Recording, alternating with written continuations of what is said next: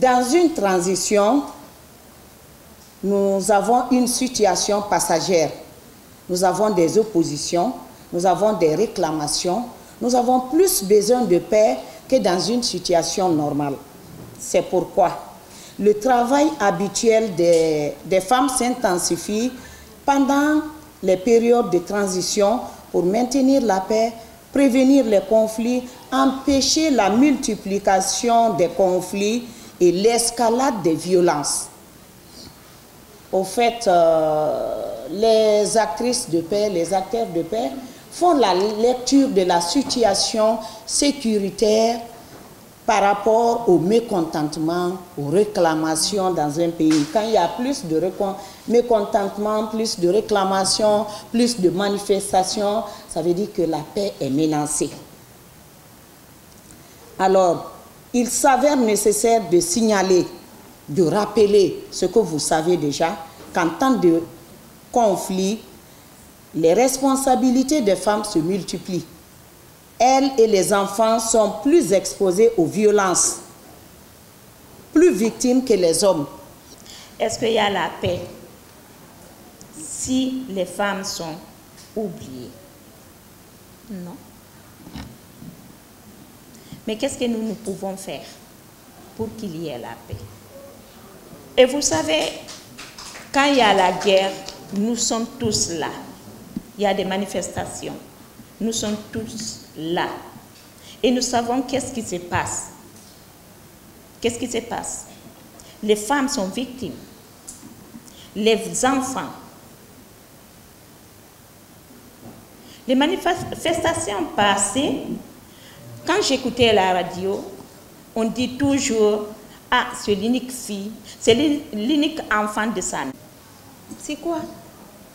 Les sages se retrouvent, parlent, discutent, il n'y a pas d'entente. Après, le sage s'élève dire « Écoutez, on va se retrouver demain. » La nuit porte conseil. Et le monsieur se retire, bien sûr. Et bien sûr, consulte sa femme. Et sa femme donne des directives. Et le monsieur vient matin dire, écoutez, j'ai décidé ça. Qui a arrêté ça? Mais c'est la femme. Analysons la situation.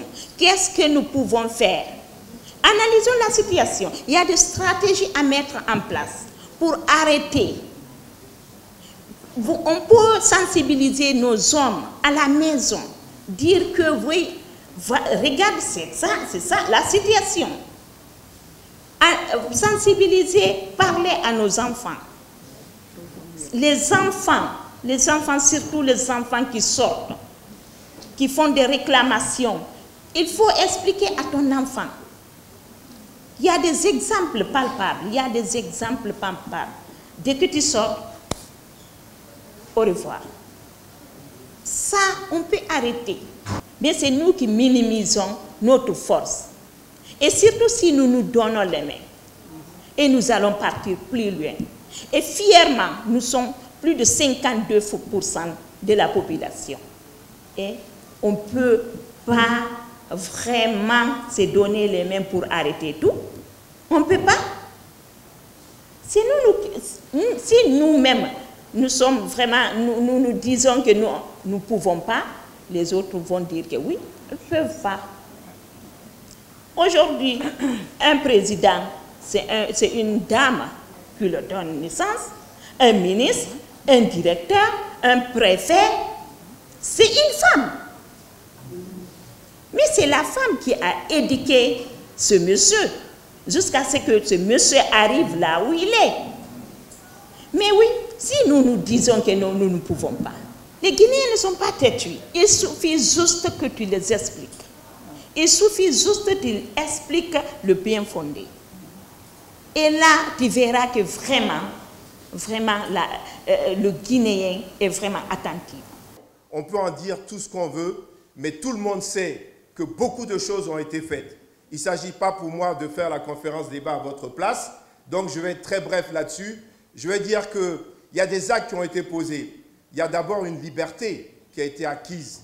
Nous-mêmes, nous avons été un des combattants de cette liberté avec beaucoup qui ont dit non à la malgouvernance dans laquelle était notre pays. On ne peut pas faire comme si de rien n'était. Il y a eu quelque chose de fondateur le 5 septembre 2021. Évidemment, il y a encore beaucoup de choses à faire. Il ne faut pas dire que tout est parfait. C'est un processus. Mais pour que ce processus aboutisse, il y a besoin de chacun de nous. C'est l'affaire de tout le monde. Ce n'est pas l'affaire du CNRD, ce n'est pas l'affaire du CNT, ce n'est pas l'affaire du gouvernement, ce n'est pas l'affaire du président de la transition seulement. C'est l'affaire de chacune des femmes de Guinée, c'est l'affaire de chacun des Guinéens. Si nous voulons que notre transition réussisse, il faut que nous en fassions notre combat quotidien, notre combat de tous les jours. Les anciennes parlementaires que nous sommes, nous serons toujours à vos côtés parce que ce n'est pas aujourd'hui qu'on s'est connus. On a travaillé ensemble pendant des années, 6 ans au moins, ici ensemble, que vos préoccupations sont nos préoccupations. Donc, merci une fois à l'amicale, nous sommes à vos côtés et sachez que nous serons toujours disponibles pour venir travailler avec vous.